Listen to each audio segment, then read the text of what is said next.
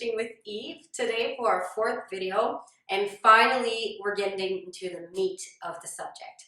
Today we're going to go and start with this deep question: what is life? What is life?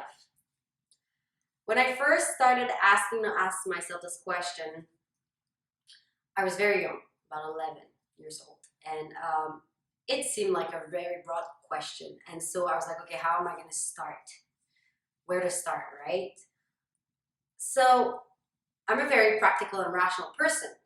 And so I wanted to make sure that whatever answers I found were very solid and constituted a solid foundation. So I was like, okay, where should I start?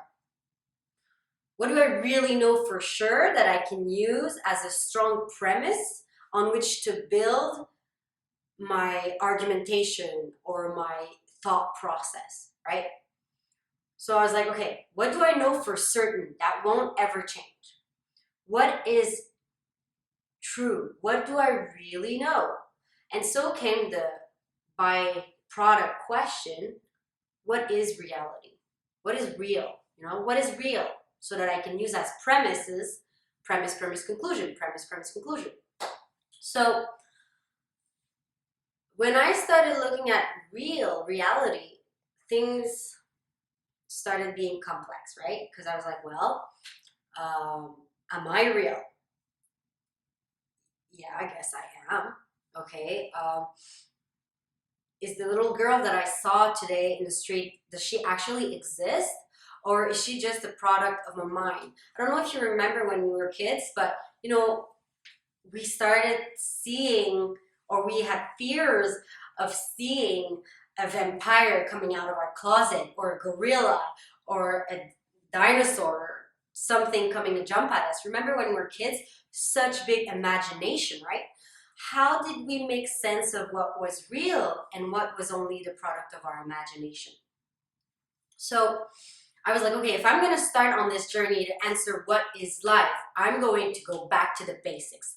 What do I really know?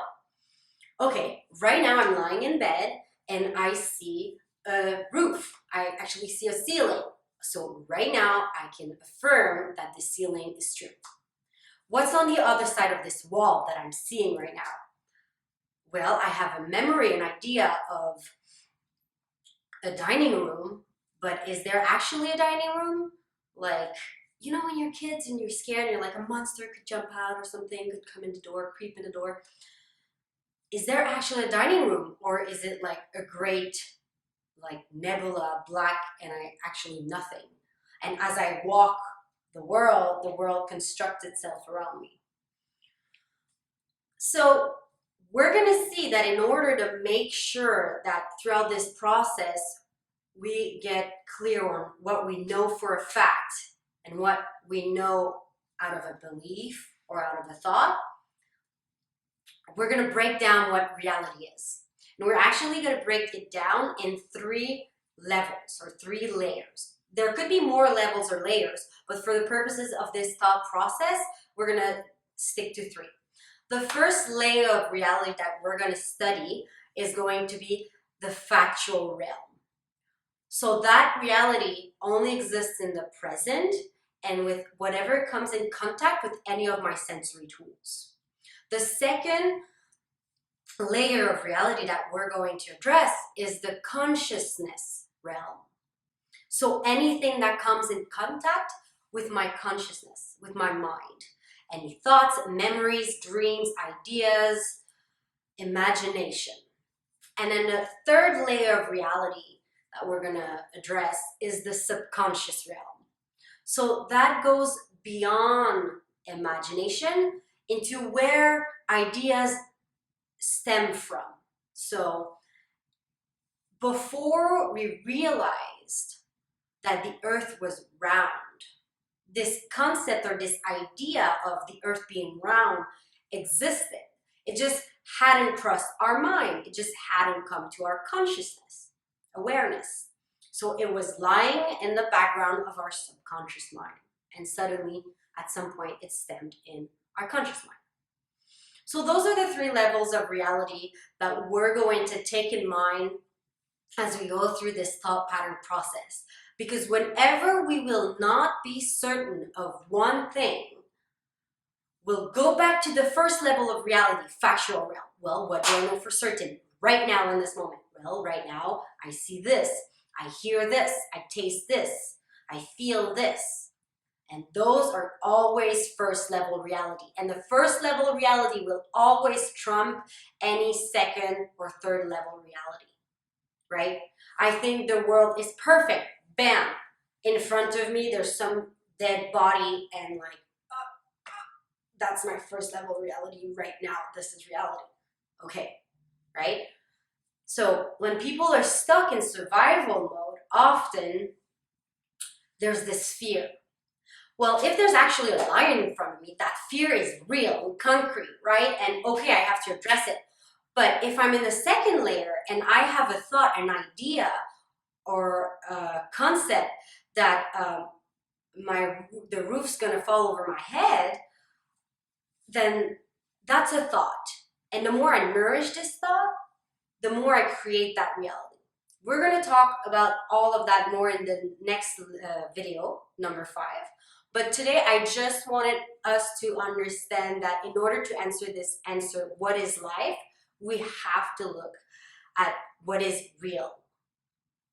So that's it for today. And I'm going to finish with an exercise that you can do at home to start down this journey of what is life. I invite you to look around you and ask, is that real? When you see something, okay, is that first level reality? When you have an idea of a thought, is that real? Is that certain? Right? Like, people believed for a fact that the earth was flat before they knew it was round, right? It was so strong of a belief and of a thought that it was real for them, right? But is that first level reality or that second level reality? That's a thought, right? So start to observe, okay, is that first level reality, second level reality? What is real? That's going to be it for today. And I'm just going to pull out a card. And before I do so, I want to thank my friend because I just started the channel last week. You're going to see this video in like a month, but and he gave me really nice roses yesterday. Thank you. I'm not going to say his name because I think he likes his privacy, but thank you so much for the roses, and that made my day. All right. Oh, and also for those who didn't see, oh, perfect. For those who didn't see the other video small video, I just got my business cards. And so if you want to contact me, you're so welcome to. And this is the information. You're probably not going to be able to read it very easily. But that is it. And here's the logo. So I'm very happy about it. Thank you. All right. So I just pulled out the card. That's for the energy of today and the energy of you as you're watching this video. And I got a beautiful card. This is the Knight of Cups.